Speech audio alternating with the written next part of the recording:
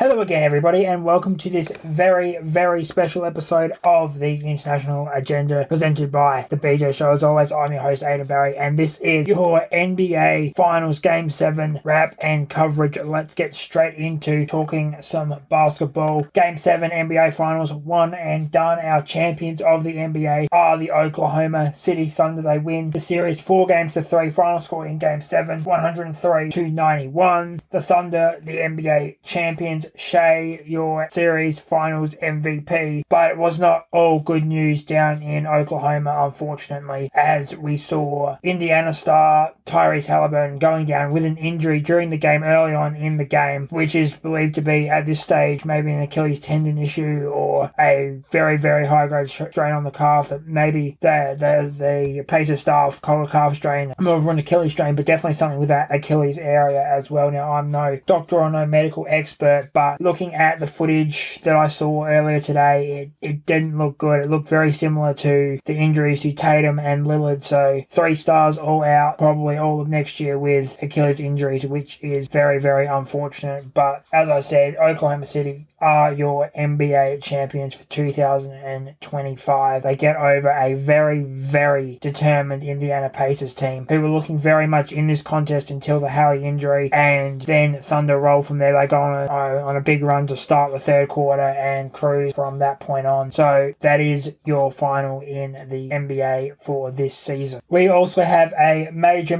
trade to announce on this championship. Well, it would be Sunday in the States. It's Monday in Australia. This championship Monday. It is Kevin Durant getting a new home, going to the Houston Rockets. So the 2 seed in the West, picking up KD for their lineup, going from Phoenix to Houston. Kevin Durant. Phoenix receives in return Jalen Green, who was a player who under the spotlight a lot this year, could not reach the big height in the playoffs. Dylan Brooks, a very, very serviceable player, and the right to the number 10 pick in this year's draft, along with 5 second-round picks both this year and in future. So KD on the move again to the Rocket with Jalen Green and Dylan Brooks, plus the number 10 pick and the 5 second-round pick going back to Phoenix. So that gives Phoenix a little bit more control of their roster going forward. They were, with the trades for KD and for Bradley Beal, they were kind of restricted to their roster for a foreseeable future with those trades moving on their own pick to bring in those players for Houston. Though I think this is a trade that really says we're in now, and Jalen Green, as good as he is, he's just not able to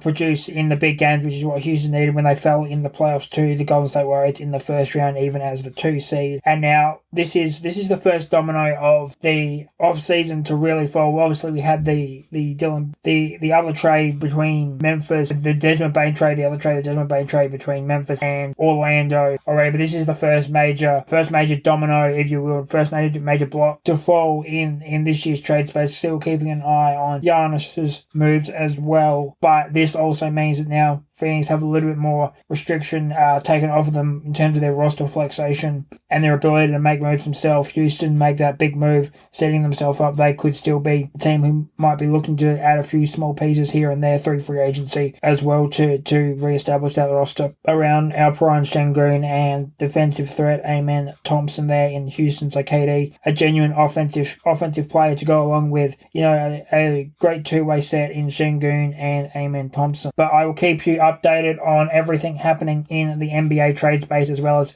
trade spaces for the baseball, Major League Baseball as well. We had a trade this week that was Rafael Devers moving from Boston to the San Francisco Giants after he wanted out of Boston. It happened very quickly, got out of Boston, got to San Francisco, and has been playing very well, playing in the series. San Francisco, ironically, playing in the series against Boston at the moment. So he has been a big star in that series, hitting a home run in one of those games and also contributing well in the other games of that series as well.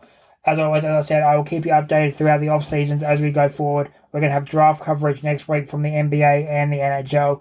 NFL off season is going to kick into full effect. There's going to be some moves going on towards the start of the season, I can tell you that much. And also MLB major trades as well. I'll keep you updated on that as we move towards the MLB trade deadline as well. So that is it from me here on this very special episode of the International Agenda, and thank you very much for listening.